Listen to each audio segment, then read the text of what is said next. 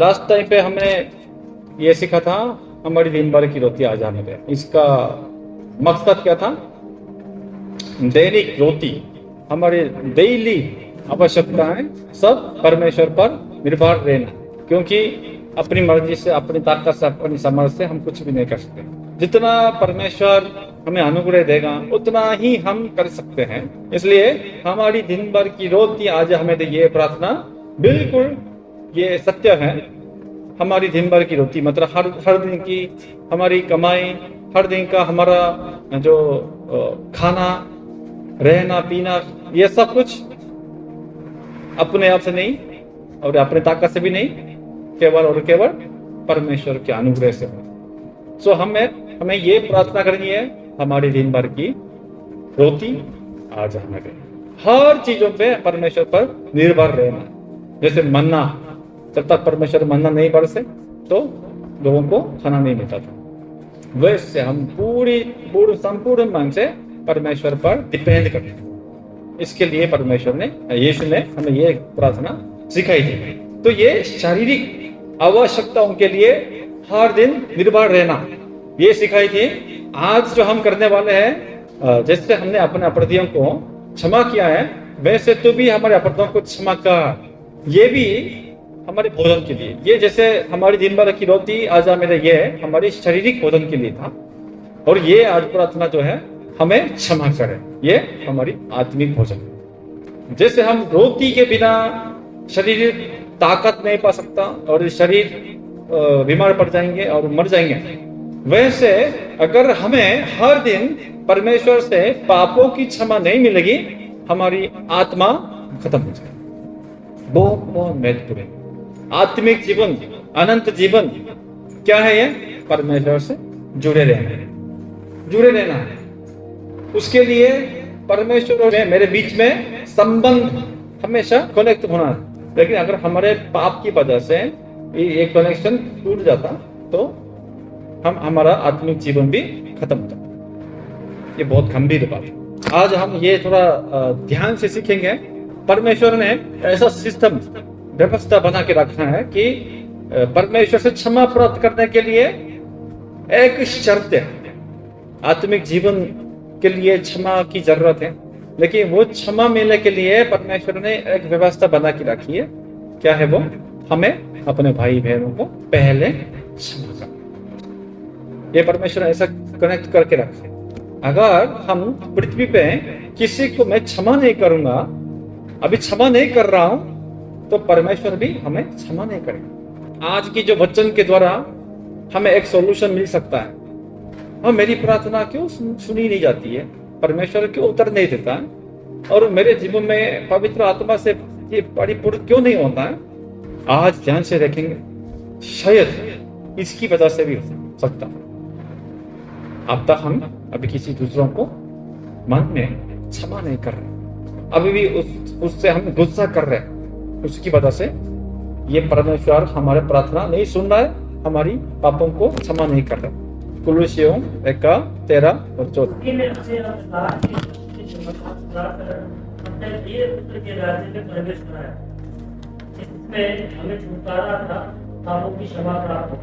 देखिए यहाँ पे क्या लिखा है? उसी ने हमें अंधकार के वहां से छुड़ाकर अपने प्रिय पुत्र के राज्य में प्रवेश कराया, जिसमें हमें छुटकारा अर्थात पापों की क्षमा प्राप्ति होती है। हमें नरक जाने वाले की जो सजा से अभी छुटकारा पाया और अभी ज्योति में आ गए। तो इतना पापों की क्षमा, ये सबसे बैकवर्ड जो पापों की क्षमा है, नरक जाने का पाप से हमें छुटकारा मिल गया। तो अभी हमें इसके लिए दोबारा से पापों की क्षमा मिलने की जरूरत नहीं है कि मैं नरक नहीं जाऊं।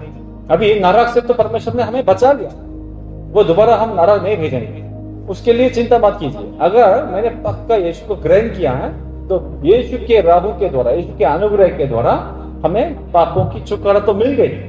उसके लिए ये नहीं बोल रहा यीशु मसीह अभी। लेकिन जब तक हम इस दुनिया में रहते हैं तो हम निरंतर छोटे और बड़े पाप करते रहते हैं, और ये पवित्र बनने की प्रक्रिया, प्रोसेस में। लेकिन अगर हम उन पापों के लिए यीशु के नाम में क्षमा मांगेंगे तो परमेश्वर हमें क्षमा कर देगा और हम फिर से पाप पर विजय प्राप्त कर सकते हैं। ये नई शुरुआत। अगर हम यीशु को नहीं जानते हैं, यीशु को ग्रहण नहीं करते हैं, तो ये पापों की क्षमा नहीं मिल सकती उनको, ये संभव भी नहीं है। यीशु के जो बाहर है वो कितना भी क्षमा मांगे क्षमा मिल नहीं सकता। देखिए हमें इतना अधिकार मिल गया कि अगर हम यीशु के नाम से परमेश्वर मुझे क्षमा चाहे माफी मांगे तो ये परमेश्वर यीशु के राह को देके, यीशु के जो कुर्बानी को देके हमें पापों की क्षमा प्रदान करें। ये बहुत बहुत हमारे लिए सौभाग्य की बात। यूहन्ना 13:9-10। हे प्रभु, तो मेरे पाँव ही नहीं बल्कि हाथ और सिर भी धो दे। यीशु ने उससे कहा, जो नहा चुका है उसे पाँव के सिवाय और कुछ धोने की आवश्यकता नहीं, परंतु वह बिल्कुल शुद्ध है और तुम शुद्ध हो, परंतु सबके सब नहीं। चल यीशु क्रूस पे मरने से पहले अपने चेलों का पैर धो रहे थे, प्रेम दिखा रहे थे और ये नई आज्ञा दी थी कि एक दूसरे से प्रेम करो।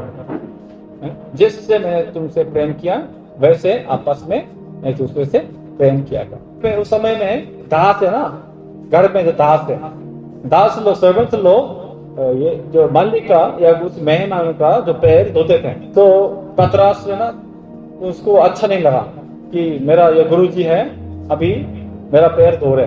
पतरस ने बोला, गुरुजी ये मत करिए, मेरा पैर आप नहीं धो सकते, अब मेरा गुरुजी है, नहीं कर सकते, ऐसे मना किया था। तो यीशु ने बोला, अगर मैं तुम्हारे पैर को नहीं धोऊंगा तो तुम मुझसे कोई संबंध नहीं है। ये सुन के पतरस ने क्या बोला, ओ गुरुजी ऐसा है तो सिर्फ केवल पैर नहीं, मेरा हाथ और सिर भी अब मतलब पूरा नहाना भी आप कर दीजिए।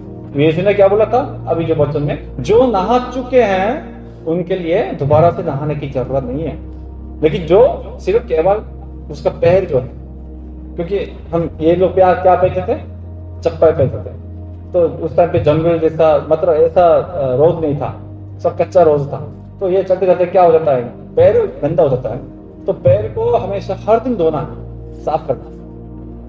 नहा चुके उनके लिए दोबारा ये धोने की जरूरत नहीं है। मतलब जो यीशु को ग्रहण कर लिया, अभी दोबारा से नरक से बचने के लिए प्रार्थना क्षमा नहीं मिलना ये जरूरी नहीं है, हो चुका है, उद्धार तो हो चुका है, लेकिन हर दिन अपने पैर से चलते चलते गंदगी उसमें लग जाती है, ये गंदा हो जाता है, उसका बस धोना। इसने ये सिखाया। हमारा पाप नरक से स्वर्ग जाने का छुटकारा तो हो गया, उद्धार हो गया, उसके लिए बार पापों की क्षमा मिलने की जरूरत नहीं है, ये तो हो चुकी है। पर हर दिन हम यीशु के अंदर आने के बावजूद भी हम पाप करते रहते हैं, छोटे या बड़े, हम मन में भी पाप करते रहते हैं। उसको जब तक ना धोएंगे तो गंदगी बढ़ती जाएगी और परमेश्वर से बिल्कुल अलग हो जाएंगे। परमेश्वर हमारी बात नहीं सुनेंगे क्योंकि परमेश्वर पवित्र है। पापों की क्षमा ये आज यीशु में जो है हमारे लिए पापों की क्षमा हम कैसे मिल सकते हैं? परमेश्वर से प्रार्थना करना है, क्षमा के लिए क्षमा मांगना, तब परमेश्वर से हमें क्षमा कर देगा। लेकिन यहाँ पे एक शर्त लगाओ, परमेश्वर के सम्मुख जाने से पहले क्या करना? अपने आसपास के लोगों को देखना जिसको अभी तक मैं क्षमा नहीं कर रहा हूँ, माफ नहीं कर रहा हूँ, उसको जाके क्या करना? पहले से मेल मिलाप करना है। मत्ती 5:23-24 पढ़िए। वेदी पर लाए, वहां से जो सिमट करे, तेरे भाई के मन में तेरे लिए कुछ विरोध है तो अपनी भेंट वही वेदी के सामने छोड़ दे और जाकर पहले अपने भाई से भेंट मिलाप कर, तब आकर अपनी भेंट चढ़ा। चर्च में आराधना करने के लिए आएंगे तो आप ऑफरिंग अच्छे से 10 डाल दिया, थैंक्सगिविंग डाल दिया और खाने के लिए कुछ डाल दिया और बिल्कुल तैयार करके, बाहर में तो बिल्कुल तैयार है और बाइबल लेके गीत करते प्रभु का धन्यवाद करूंगा करके आया, लेकिन आप अगर आपके भाई को क्षमा नहीं कर रहा है तो मैं उसको एक्सेप्ट नहीं करूंगा। आपकी जो आराधना है, आपकी प्रार्थना को मैं ग्रहण नहीं करूंगा। क्या करना है? वो वेद के समय चर्च में आने से पहले इसको छोड़ो, अभी छोड़ो, वो मेरे सम्मुख नहीं रखते, योग्य नहीं है। क्या करना है? पहले इसको छोड़ो, अपने भाई के पास जाओ, क्या करो? हाथ मिलाओ, बोल दो मैं तुम्हें क्षमा करता हूं, तुम भी मुझे क्षमा करो, और गले लगाओ, रो, मेल मिलाप हो जाओ, फिर आ जाओ, बेंच लेके आ जाओ, तो मैं खुशी से ले लूंगा।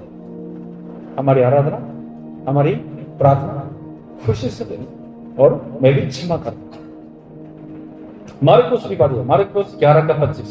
और जब कभी तुम खड़े हुए प्रार्थना करते हो तो यदि तुम्हारे मन में किसी के प्रति कुछ विरोध हो तो क्षमा करो, इसलिए कि तुम्हारा स्वर्गीय पिता भी तुम्हारे अपराध क्षमा करे। बार बार ये बात आती रहती है कि इसलिए जब प्रार्थना के लिए तुम खड़े हो लेकिन मन में कुछ डिस्टर्बेंस है कि मैंने अब तक किसी को मैंने आज गुस्सा करके आया, लड़ाई हुई और ये अभी मतलब नहीं मिलना नहीं है, मेरे मन में भी शांति नहीं है सोचते हुए, तो प्रार्थना अभी स्टॉप, प्रार्थना अभी छोड़ो। अभी प्रार्थना परमेश्वर नहीं सुनेगा, कितना भी करो नहीं सुनेगा। पहले जाके उससे माफी मांगो और क्षमा मांगो और उसको भी क्षमा करो, गले लगाओ, मेल मिला हो जाओ, फिर से आ जाओ, प्रार्थना करो, मैं सुनूंगा। परमेश्वर ने ऐसा व्यवस्था बना कर, ये सिर्फ केवल नया नियम की बात नहीं है, पुराने नियम से ही ये परमेश्वर ने ऐसा व्यवस्था दिया था। तो पुराने नियम के समय में 5 बलि थी, 5 प्रकार की बलि थी। पहला होम बलि, दूसरा अन्न बलि, तीसरा मेल बलि, चौथा पाप बलि, पांचवा दोष बलि।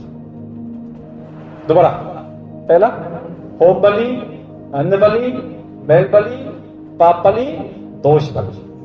होम बलि क्या है? पूरा का पूरा जला के परमेश्वर को चढ़ाना, मतलब हमारा समर्पण को प्रकट करने के लिए पूरा का पूरा देना, ये होम बलि है। बलियों में से सबसे उत्तम बलि ये है, होम बलि, पूरा देना। अन्न बलि क्या है?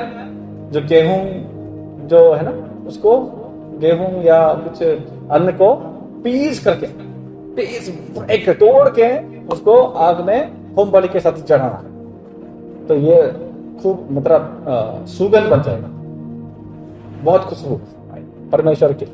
ये क्या मतलब है? हमारे अपने ईगो को तोड़ना, मतलब अपने आप को तोड़ना, ये अपना इनकार करना। तो पहला डेडिकेशन है, पूरा डेडिकेशन, सेक्रीफाइस। और दूसरा क्या है? अन्न बलि, अपना इनकार करना, सेल्फ डिनायल। तीसरा मेल बलि क्या है? परमेश्वर से मेल मिलाप होना है, धन्यवाद, थैंक्स गिविंग ऑफरिंग। खून चर्बी इसको साथ जला देते हैं और मीट क्या करते हैं? लोगों के साथ बांट के खाते थे। मेल बलि पीस के लिए, परमेश्वर और इंसान के बीच में पीस, मेल मिलाप होने के लिए। चौथा पाप बलि क्या है? पाप बलि परमेश्वर से क्षमा मिलने के लिए, परमेश्वर मुझे क्षमा कर, इसके लिए मैंने अगर पाप किया है उसको परमेश्वर के सम्मुख एक जानवर को लेके आते हैं, भेड़ को लेके आते हैं, मेमना को, उस पे हाथ लगा के अपने पाप को उस पे देते हैं और उसको जला देते हैं, तो परमेश्वर मेरे पाप को क्षमा कर। लास्ट में दोष बलि क्या है? अगर मैं किसी भाई बहनों को, मेरे पड़ोसियों को, हमारे जो देश के लोगों को नुकसान पहुंचाया, तो पहले क्या करते हैं? उसको नुकसान को वापिस देना, मतलब 2 गुना 3 गुना अच्छे से रिकवर करना है, उसके बाद आके परमेश्वर को बलि चढ़ाना, ये दोष बलि। तो होम बलि, अन्न बलि, मेल बलि, पाप बलि, दोष बलि। लेकिन उत्तम बलि क्या है? होम बलि। होम बलि अन्न बलि के साथ चढ़ा सकते हैं, लेकिन ये करने के लिए पहले क्या करना है? मेल बलि करना है। मेल बलि क्या है? परमेश्वर से मेल मिलाप होना, परमेश्वर से मेल मिलाप होने के लिए। लेकिन उससे पहले क्या कंडीशन है? पाप पाली चढ़ा के मेरे पाप परमेश्वर से क्षमा मिलना चाहिए, ठीक है। तो पाप पाली चढ़ाने से भी पहले सबसे पहला कदम क्या है? दोष पाली चढ़ाना। दोष पाली क्या है? इंसान के बीच में अगर नुकसान डैमेज कर दिया, मैंने किसी को हर्ट कर दिया, चोट लगाया, उसको पहले जाके बिल्कुल सही से भरपाई, कंपनसेशन, भरपाई करना। तो ये क्रम के अनुसार है। पहले दोष वाली से शुरू होके इंसान के बीच में कोई भी समस्या ना हो, ऐसा झगड़ा ना हो, शांति होना, इंसान के बीच में पहले शांति, उसके बाद परमेश्वर से जाके पापों की क्षमा, उसके बाद परमेश्वर से मेल मिलाप, उसके बाद हम अन्य वाले के अपने इनकार करके परमेश्वर को पूरा अपने जीवन को समर्पित कर सकते हैं। पुराना नियम से भी परमेश्वर बार बार ये सिखाया था कि इसलिए व्यवस्था नियम दे दिया, किसी को नुकसान पहुंचाया तो ये करो, 4 गुना 3 गुना ऐसे करना। अपने कहे और दूसरों के कहे को मार दिया, तो अगर आपके जानते हुए भी आपने इसको नहीं पकड़ा तो आप इसको वापिस करना है। ऐसा सिस्टम क्यों बनाया?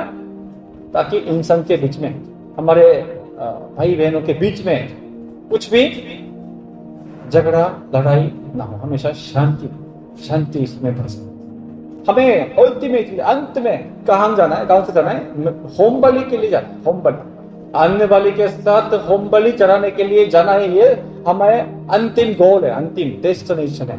लेकिन होम बलि ये कोई भी नहीं चढ़ा सकते। पहले मेल बलि होना है, मेल बलि होने के लिए पाप बलि होना है, पाप बलि होने के लिए सबसे पहले दोष बलि होना। सही में अपने अपराधियों को क्षमा नहीं करेंगे, उनका जो प्रॉब्लम को सॉल्व नहीं करेंगे, उसके बिना परमेश्वर के सम्मुख आगे क्षमा मांगे तो परमेश्वर क्षमा नहीं करेगा। ऐसा व्यवस्था परमेश्वर चाहता है कि वो हमारे पापों को क्षमा करे, लेकिन इसके लिए पहले हमें दूसरों को क्षमा करना। यदि हम दूसरों को क्षमा नहीं करेंगे तो परमेश्वर के सामने प्रार्थना और स्तुति के लिए आते हैं तो परमेश्वर इसे स्वीकार नहीं करे। ठीक है, ये गंभीर बात। यहाँ बैठे हैं लोग, सब आराधना के लिए आते हैं, सोचते हैं परमेश्वर मेरी आराधना को ग्रहण कर लेगा, स्वीकार कर लेगा और मुझे पापों की क्षमा देगा, सॉरी मुझे माफ कीजिए। नो, परमेश्वर आपकी प्रार्थना नहीं सुनेगा, आपको क्षमा नहीं करेगा जब तक आप पहले अपने पड़ोसियों को, अपने रिश्तेदारों को क्षमा ना करें, अपने परिवारों को क्षमा ना करें। किसी से गुस्सा किया, लड़ा, उसके बाद अभी मेल मिलाप ना करके अभी चर्च में आके नाता कर रहे हैं कि मैं बहुत धर्मी हूं, परमेश्वर नहीं सुनता। परमेश्वर हमारे मन को सब जानता है, देखता है। इंसान के सामने हम नाता कर सकते हैं, ड्रामा कर सकते हैं, हम तो धोखा खाएंगे, हाँ ये बहुत अच्छा आदमी है, अच्छा बहन है, लेकिन मन में कितना दुश्मन है आप सोचिए। अपने परिवारों में भी, अपने रिश्तेदारों में भी, पड़ोसियों के बीच में कितना दुश्मन है, उसका अभी क्या करना है? सोल्व करना है। बहुत महत्वपूर्ण बात है। आपकी आशीष के लिए यीशु ने ये वचन दे दिया, ये प्रार्थना दे दी, अभी तक आपको आशीष क्यों नहीं मिल रहा? क्योंकि आप भी किसी को अभी क्षमा नहीं कर रहे हो, तो परमेश्वर भी आपको अभी क्षमा नहीं कर रहा है। मत्ती 7:3 से और 5 भी पढ़ गए। अपने भाई की याद के तुझे को देखता है, अपनी आँख का लट्ठा तुझे नहीं सोचता। जब तेरी ही आँख में लट्ठा है तो तू अपने भाई से कैसे कह सकता है ना मैं तेरी आँख से लट्ठा निकालूं? एक अपने अपनी आँख में से लट्ठा निकाल ले, तब तू अपने भाई की आँख का तिनका तेरी आँख में देखकर निकाल सके। यहाँ पे लट्ठा और तिनका, अपनी आंखों में लट्ठा इतना बड़ा सा बहुत आसानी से देख सकते हैं, लेकिन हम अपने आप की गलती को, पाप को नहीं देखते, लेकिन दूसरों की इतना सा गलती को हम जल्दी से पॉइंट करते हैं। ये तुम्हारी गलती है, ये तुम्हारा मिस्टेक, ये तुम्हारा पाप है, जबकि मेरे पास इतना लाठी आंखों में है, वो उसके बारे में हम सोचते नहीं। और ऐसे मान से अगर परमेश्वर के सामने जाएंगे, परमेश्वर इसको स्वीकार नहीं करेंगे। हम बहुत आसानी से दूसरों की आलोचना करते हैं और गुस्सा करते हैं और उन्हें चोट पहुंचाते हैं और माफ नहीं करते। परिवार के बीच में भी कितना ये लड़ाई होती है, परिवारों में भी क्षमा नहीं होती है, हम क्षमा नहीं कर देते। पड़ोसी में और ज्यादा, कोई मुझे संबंध नहीं है, मैं इसको कभी नहीं देखूंगा, क्षमा नहीं कर देते। दोस्तों के बीच में भी अच्छा से हम जी रहे थे, लेकिन अगर ये मुझको हर्ट पहुंचाया तो चोट लगी, मैं तुम्हें जिंदगी भर कभी नहीं देखूंगा, क्षमा नहीं करता। ऐसे मेरे बगल में ऐसे लोग होंगे और हम जानते हुए भी उनको क्षमा करने के लिए कोशिश भी नहीं कर रहे हैं और सोचते हैं कि मैं बाइबल पढ़ रहा हूँ, प्रार्थना कर रहा हूँ, मैं स्तुति कर रहा हूँ, चर्च के लिए मैं ये कर रहा हूँ, परमेश्वर मुझे स्वीकार करेगा। मुझे क्षमा कीजिए, कभी नहीं, परमेश्वर क्षमा नहीं करेगा। ऐसा इसलिए लिखा है, जिस प्रकार हमने अपना अपराधियों को क्षमा किया है वैसे तू भी अपने अपराधियों को क्षमा कर। ये जुड़ा हुआ है। परमेश्वर से क्षमा मिलने के लिए पहले हमें अपने अपराधियों को क्षमा करना। हम अपने परिवार के सदस्यों और दोस्तों और भाइयों बहनों और अन्य लोगों में से उन लोगों के बारे में जरूर सोचना है। प्रार्थना करने से पहले आंखें बंद करके पूरा अपने सराउंडिंग सदस्यों को, भाई बहनों को सोचना, देखना कि मैं अभी ऐसा व्यक्ति नहीं है कि मैं जिसको मैं अभी क्षमा नहीं कर रहा हूं, अभी मेरे दुश्मन जैसा है नहीं है, इसको पता करना है। अगर है एक व्यक्ति, एक भाई और एक परिवार में इतना मेरा मान बहुत मुश्किल है, तो वहां पे स्टॉप करके उनको क्षमा करने के लिए प्रार्थना पहले कर। प्रभु मेरे ताकत से क्षमा नहीं की जाती है, मेरे सामर्थ्य से ये बाहर है, लेकिन प्रभु आप चाहते हैं मैं क्षमा करूं। अगर आपकी मर्जी है तो आप मुझे ऐसा शांति दिलाए ताकि और ताकत है ताकि मैं बोल सकूं मैं तुम्हें क्षमा करता हूं।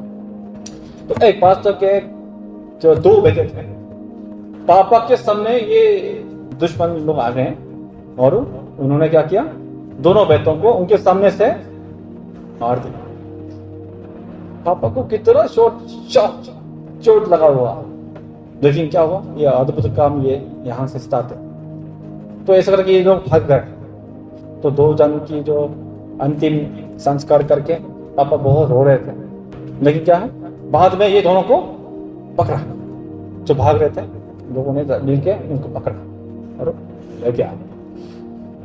तो सब बोले थे अब इसको मार डालना, आप सिर्फ एक बात बोलो तो गुस्सा करो, इस थप्पड़ मारो और हम इसको मार दें। उस पास्टर ने बहुत रोते रोते और जिस प्रकार अपना अपराधियों को क्षमा किया वैसे तो भी हमारे अपराधियों को क्षमा, मैं इनको क्षमा करता हूं, ऐसा बोल दिया। ये दोनों बीबी आश्चर्य हो गए, ये भी सोच रहे थे ना जरूर ये हमें मार डाल, थप्पड़ मार आके गले लगा। दोनों तीनों है ना, तीनों बहुत रो के क्या हुआ, इन्होंने पास्टर ने इन दोनों को अडॉप्ट किया अपने बेटे। अभी प्रभु ने मुझे नए बेटे देते। तो इसमें इतना अद्भुत काम हुआ था, उनके जो समाचार कही गया, चर्च में इतने लोग आने लगे और पवित्र आत्मा का बिल बहुत अच्छा बड़ा रिवाइवल उस चर्च में आ गया। ये पास्टर सोन यांग वन करके हैं, आप गूगल में भी सर्च करेंगे आए। इसलिए हम ये लव, प्रेम का न्यूक्लियर बोलते हैं, प्रेम का न्यूक्लियर। इतना कौन कर सकता है, अपने बेटे को मारने वाले को क्षमा कर सकता है? यीशु परमेश्वर हमसे इतना मांगता है। मुश्किल है अपने घर में अपने पापा को, अपने मम्मी को, अपने परिवार को नुकसान पहुंचा, चोट लगाया, उसको क्षमा करना लगता है ये संभव नहीं है, असंभव है। लेकिन हम प्रार्थना करके अपने ताकत सच में नहीं कर सकते, लेकिन अगर प्रार्थना करके परमेश्वर से मिला हुआ आत्मा से, हिम्मत से, प्रेम से, दया से, उसको दया करके हम तराश खा के, एक दूसरे को तराश खा के हम क्षमा करेंगे ना, आपको ये अनुभव मिलेगा सच में बहुत आश्चर्य कारण हमारे जीवन में शुरू हो जाए। मेरे प्रियो, प्रभु की प्रार्थना में सबसे मुश्किल प्रार्थना यही है। हम इसको बहुत जल्दी जल्दी ऐसे दौड़ रहे हैं, जिस प्रकार हमने अपना प्रति को क्षमा किया है वैसे हमने अपना ऐसा हमने स्किप कर दिया ना। लेकिन ये प्रार्थना अगर दोबारा सही से हम जानेंगे, सबसे मुश्किल सबसे चैलेंजिंग प्रार्थना यह है। दूसरों की क्षमा करना सच में मुश्किल है, यीशु भी जानता है, सही से जानता है, ये सबसे मुश्किल है हमारे लिए ये प्रार्थना। इसलिए यीशु मसीह हमें एक उदाहरण के तौर पे हमें एक कहानी सुनाई। मत्ती खोलेंगे, मत्ती 28-23 से हम एक एक करके देखेंगे। इसलिए स्वर्ग का राज्य उस राजा के समान है जिसने अपने दासों से लेखा लेना चाहा। देखिए एक राजा था, राजा के पास बहुत अपने सर्वेंट दास थे। तो राजा ने क्या किया, उस दासों को लोन दिया, उधार दिया। और 24 जब वह लेखा लेने लगा तो एक जन के सामने लाया गया जो 10,000 तोड़े का कर्जदार था। हाँ, तो अभी लेखा लेने का मतलब उसको कर्जा चुकाने का ड्यू डेट हो गया। तो राजा ने सबको बुला के लेखा ले रहा था, मतलब कितना ले लिया, इसमें कितना किस्त है, अब वापस वेतन करके ले लिया था। तो एक दास के पास कितना जो कर्ज था, 10,000 तोड़े। 10,000 तोड़े का मतलब सही से समझ में नहीं आएगा, इंडियन रूपी में कन्वर्ट कर दूंगा। हर दिन पूरा दिन भर काम करके, आज जैसे लेबर चौक में जाके खड़े होंगे ना तो किसी को कम मिलेगा, तो जाके पूरा दिन काम करके कितना मिलता है आज का, हर दिन का जो मजदूर कितना है, 700 300 देखो 300 700, तो बीच में हम 500-600 मानेंगे आज के रेट में 500-600 है। उसको अगर हिब्रू इस्राएल के करेंसी में कन्वर्ट करेंगे, एक दिनारी, ठीक है, एक दिनारी इंडिया में भी 500 मान लीजिए। एक दिनारी हर पूरा दिन काम करके एक दिनारी मिलता था, मतलब 500 रुपए मिलता था। एक तोड़ा ये 10,000 तोड़े है ना, एक तोड़ा पूरा साल का मजदूरी, पूरा साल। तो 500 रुपए मल्टीप्लाई इंटू 365 करें हर दिन, मतलब पूरा साल का जोड़ेंगे तो कितना हो जाएगा, लगभग 2 लाख मान लेंगे। 2 लाख, थोड़ा हम जेनरसली बोलेंगे 2 लाख। एक तोड़ा क्या है, 2 लाख है, 2 लाख। तो इसमें 10,000 मल्टीप्लाई कीजिए, 10,000 जोड़ेंगे तो कितना है, 2 अरब है। 2 अरब कभी आपने देखा, मतलब 200 करोड़ रुपए का कर्जा है इसके पास। 2 लाख ही मुश्किल है, लेकिन 200 करोड़, 1 करोड़ भी हम जिंदगी भर देखेंगे नहीं देखेंगे, लेकिन 100 करोड़ 200 करोड़, ये मतलब संभव ही नहीं है अभी, बिल्कुल राजा को चुकाने के लिए सामर्थ्य नहीं। 25 पढ़िए। जबकि चुकाने को उसके पास कुछ न था, तो उसके स्वामी ने कहा, यह और इसकी पत्नी को और बाल बच्चे और जो कुछ इसका है सब बेचा जाए और कर्ज चुका दिया जाए। तो राजा ने ये आदेश की, 200 करोड़ रुपए चुकाओ अभी। तो इसने बोला कुछ नहीं, एक भी नहीं, एक कुछ था उससे मैं दारू पी लिया, कुछ नहीं अभी। तो क्या है, चलो नहीं है तो तुम्हारी पत्नी को बेचो, तुम्हारे बच्चे को बेचो, पूरा जितना है पापा की जितना संपत्ति प्रॉपर्टी वो देखो सब बेचो, हो चुका। तो क्या किया, आगे बढ़ो। 26 पर दास ने गिड़गिड़ाकर उसे प्रणाम किया और कहा, हे स्वामी, धीरज धर, मैं सब कुछ भर दूंगा। हाँ, क्या बोला, गिड़ कर प्लीज राजा मुझे माफ कर और मतलब क्षमा कर, अब धीरज बांध, मैं सब कुछ भर दूंगा। सब कुछ कैसे भरे, 200 करोड़ रुपए नहीं भरेंगे ना, इसके पास क्षमता नहीं। अभी राजा को जानता था सो माफी मांग रहे थे, लेकिन राजा देखेंगे 27 में, तब उस दास के स्वामी ने तरस खाकर उसे छोड़ दिया और उसका कर्ज भी क्षमा कर दिया। वाओ, ये हालेलुया की बात है ना। 200 करोड़ रुपए का कर्जा है, उसको अगर काम कर थोड़ा ठीक है मैं काम कर दूंगा, 1 करोड़ में 2 करोड़ भर दो, ये भी कितना धन्यवाद का विषय है ना। लेकिन अभी क्या किया, 200 करोड़ को जीरो बना दिया। सुनिए, तराश खा सकता, 200 करोड़ रुपए को शून्य बना दिया। वाह, यही सुसमाचार है, ये गुड न्यूज है ना। और 28 देखिए, तो ये दास कैसे व्यवहार कर रहा है देखिए। परंतु जब वह दास बाहर निकला तो उसके संगी दासों में से एक उसको मिला जो उसके 100 दिनार का कर्जदार था। उसने उसे पकड़कर उसका गला घोटा और कहा, जो कुछ तुझ पर कर्ज है भर दे। अगर हम होते हम क्या करते, बिल्कुल धन्यवादित होके बाहर जाके हम गीत गा के हालेलुया स्तुति करके सबको गले लगा के हम खुशी का दिन मनाएंगे, पार्टी करेंगे, सब कुछ करेंगे। लेकिन ये इसने क्या किया, बाहर जाके अपने संगी दास को मिला, अपने दोस्त को मिला, भाई को मिला, तो जिसने उससे कितना उधार लिया था, 100 दिनार। 100 दिनार कितना है, 1 दिनार 500 मान लेंगे तो ये 100 दिनार कितना होगा, 50,000 है। हाँ, मतलब छोटा नहीं है, लेकिन फिर भी ये तो चुका सकते हैं, है ना। 50,000 तो हम सह लेंगे, ये कभी रिटर्न कर सकता है। देखिए इसने क्या किया, इसको पकड़ कर मुझे मेरे पैसे दे दो, मेरे पैसे चुका कब तक। तो इसने क्या किया आप देखिए 29 में।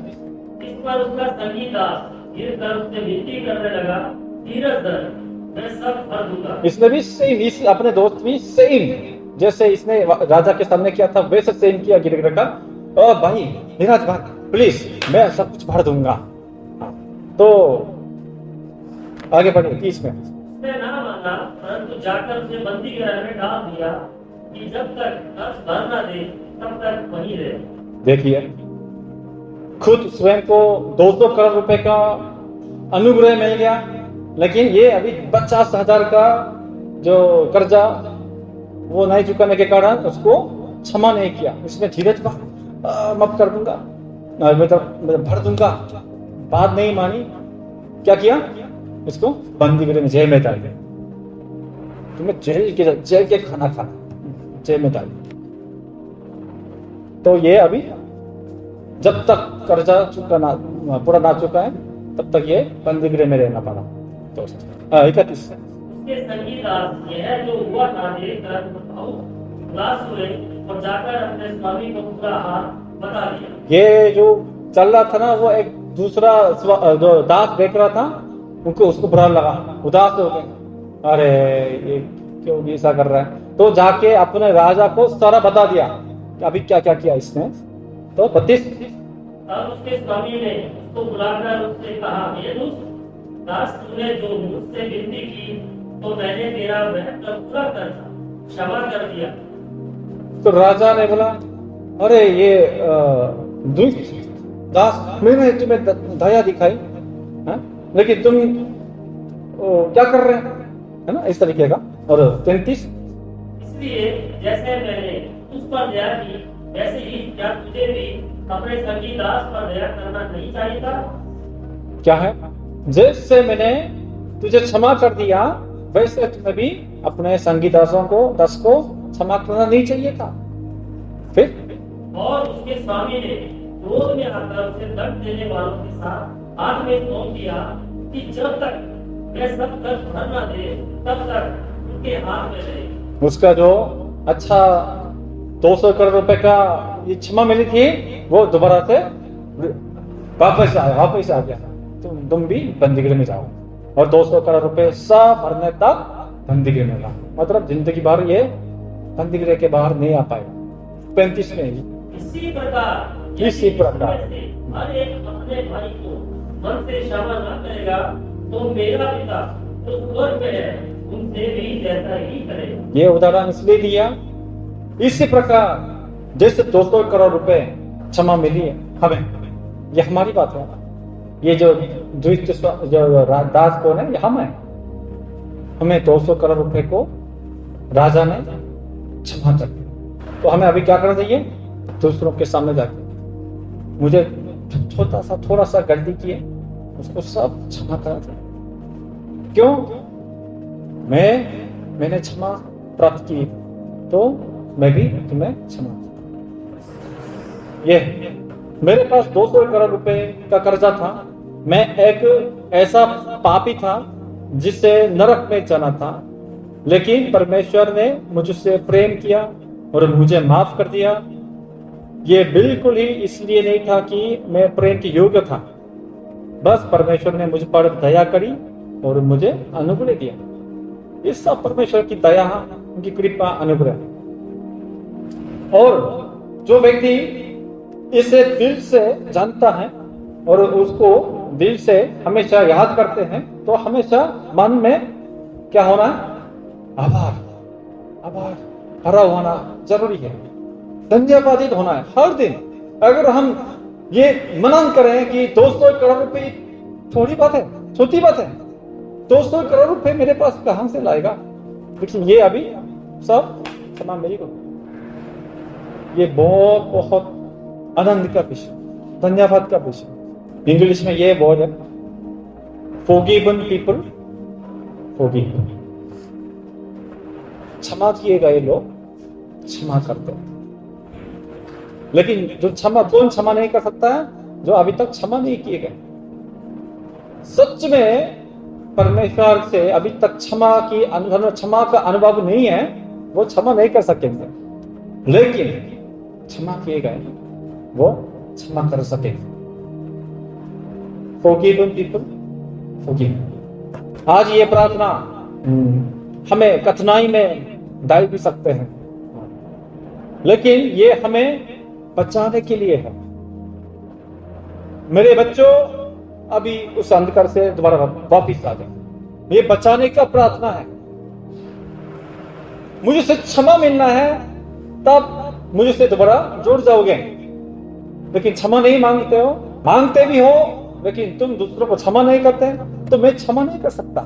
क्षमा करके आ जाओ तो मैं तुम्हें क्षमा कर दूंगा, तो हम दोबारा जुड़ जाएंगे, आत्मिक जीवन तुम्हारे पास आएगा, बहुत पवित्र आत्मा से परिपूर्ण होके खुश, आनंद, विश्राम, शांति तभी आएगा हमारे जीवन। इसलिए आज हम ये प्रार्थना करते हुए अपनी आंखों को बंद करके देखना है, सोचना है, स्मरण करना है, अभी तक मैं अभी किसको क्षमा नहीं कर रहा हूं,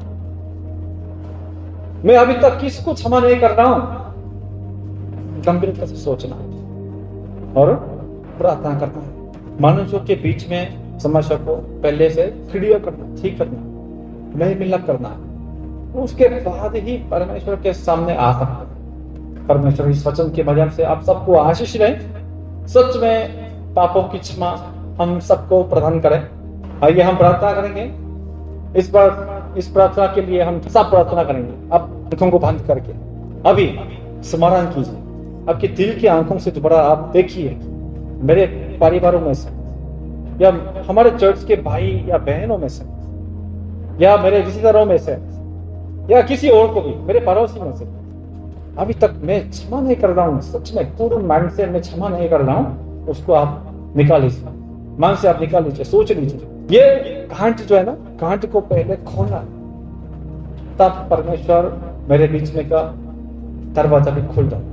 प्रार्थना कीजिए, अपने मुंह खोल के प्रार्थना कीजिए।